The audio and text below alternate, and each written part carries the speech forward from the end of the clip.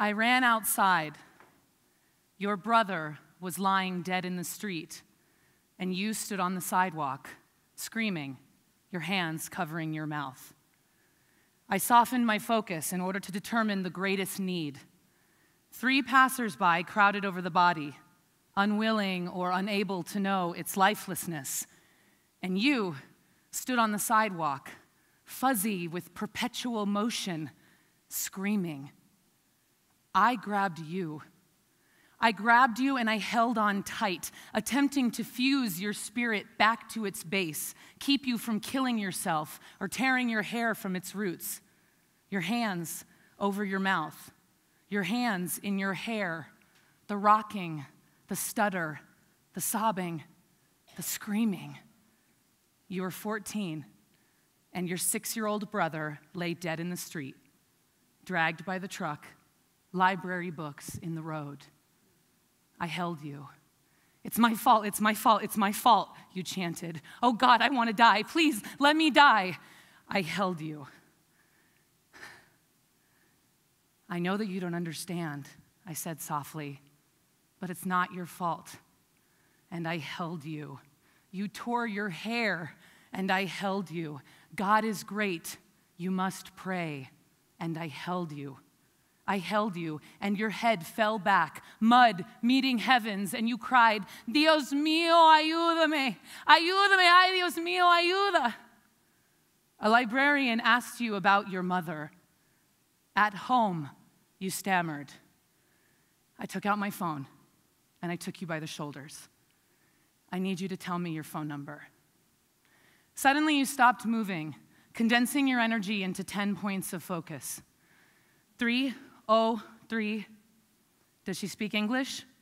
You nodded. I stepped away. Right before your mother answered, I thought of my own mother. I saw her drop the phone, scream, go limp, evaporate, incinerate, disintegrate, combust, liquefy, and disappear.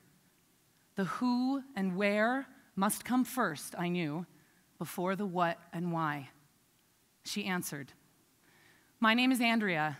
You don't know me. I am on the corner of Mississippi and Tejon. I am with your daughter, and she is fine, but there has been an accident. The line went dead. So quickly the afternoon was ruined. So rapidly the crowd gathered. So shattered was the light. The November side light, the near dusk, disappearing trick, glinting, glancing, entrancing light, the light your brother ran into, the last light, the only light that mattered as it shattered, as first the truck and then the trailer jolted, bumped, took hold, would not let go. 30 feet, a stripe of rubber, ending in the gutter where now the paramedics bent over the body of your brother. I felt myself spinning with the rotating lights, hearing cries, yet seeing beauty. Beauty in the way the 4 men lifted your mother, dragging her to the grass as though she'd been deboned. Beauty in a woman, her hand flat on the top of your head, praying to God, entreating the sky, Dios es poderoso, Dios es fuerte, Dios en su sabiduría proteja esta niña, protéjala, proteja, in your mercy, in your wisdom. And then they took him. No one would say what at least one librarian already knew. She had tried. She had pressed his chest, blown air into his tiny mouth. She was back inside the library, a woman told me, in the bathroom, throwing up. You were finally sitting on the sidewalk, and I knelt at your feet, both of my hands on your body. I could feel you heaving, and I had nothing left to say. I could not turn off the beauty, no matter how shattered the light. Your soft hair, your long road, your mother's grief, and the driver to your mother, how he held her, how he cried, how he looked her in the eye and apologized, and the rocking like a raft, and all of us were in it together, broken and weathered, alive. Thank you.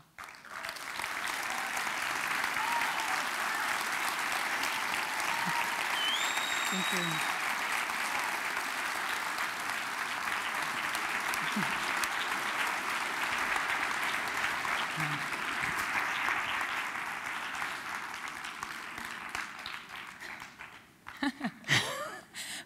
Hold me. I have heard that so many times, and each time I hear it, the profound way in which you bring yourself into that moment and the witnessing that you give to us of that moment is really extraordinary. Thank you. Thank you. Thank you.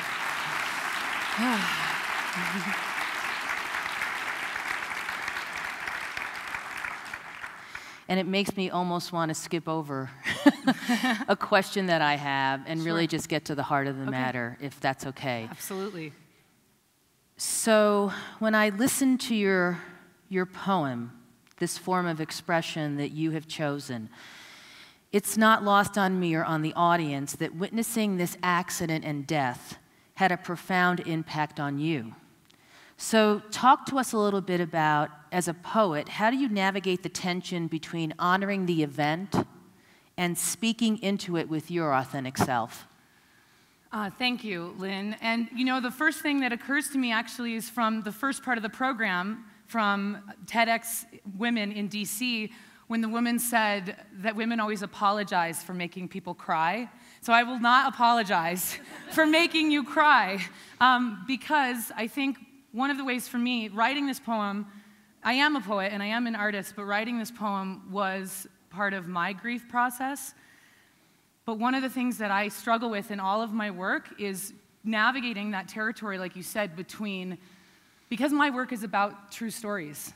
That's what I'm interested in. I'm interested in my real story and in the real stories that affect a lot of other real people. It's not characters.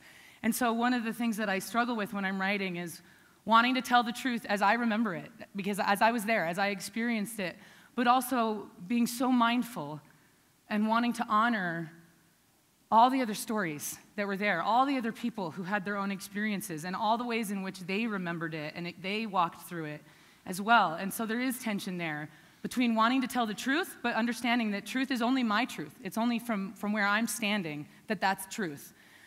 But still feeling that it's important to tell the story anyway for my own grief process, and also for me, it's it's my way of honoring this family, because this is a situation that could happen and does happen to all of us, all over the world, in every country.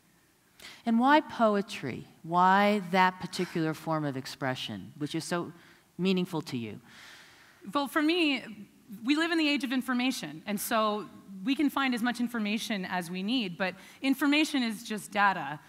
And so for me, I use poetry to talk about not just what happened, but how something felt.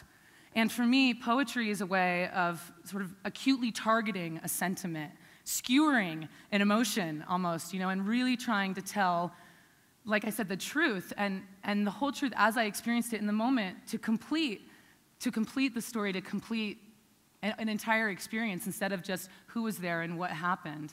So for me, poetry is something I've been doing since I was really little. I remember my first poem I wrote in green crayon, very proud to say. I remember this on a piece of construction paper, and it was very beautiful, about birds and trees and other things that 8-year-olds write about. But it's always seemed, because poetry is a nonlinear way of expressing, life is nonlinear. To me, the way that I experience life is nonlinear. It happens, and the way that I process grief has been nonlinear. And so poetry actually makes more sense to me than just telling the story again and again. A wonderful expression of thought leadership through poetry. Thank you so much, Andrea. Thank you, Lynn.